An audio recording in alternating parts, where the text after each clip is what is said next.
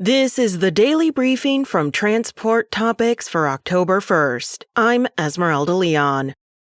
Peak shipping for the holiday season is fast approaching, making it a prime time for criminal activity. What steps can your company take to protect its digital and physical security? Erica Voss of DAT Freight and Analytics returns for a one-on-one conversation with Transport Topics Managing Editor Seth Clevenger to discuss developing smart cybersecurity practices for businesses. Catch the replay at ttn.ws/DAT Webinar 24. Now let's dive into the day's top stories.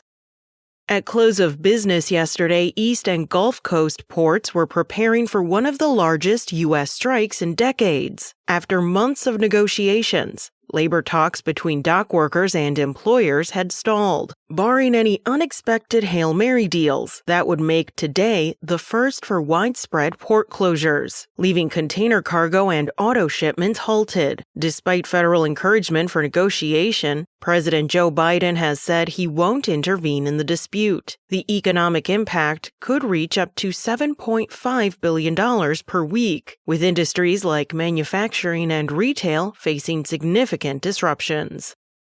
In other news, the sale of the remaining 112 terminals of bankrupt LTL carrier Yellowcore will begin today. The properties include both owned and leased terminals, totaling more than 7,000 doors. Auctions for the terminals are set to conclude by January. Secured creditors like the U.S. Treasury have already been repaid, so these proceeds will be used to pay unsecured ones. Key locations include Chicago Heights, Illinois, and Maybrook, New York. The auctions follow the earlier sale of Yellow's equipment, which raised more than $2 billion.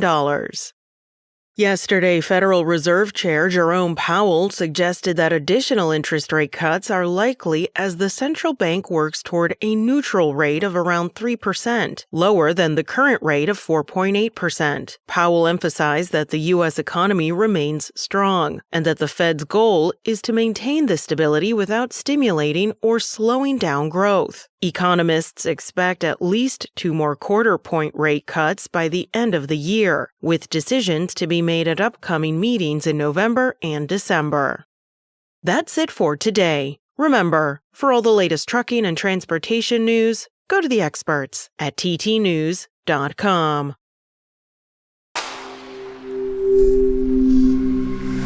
SpokenLayer.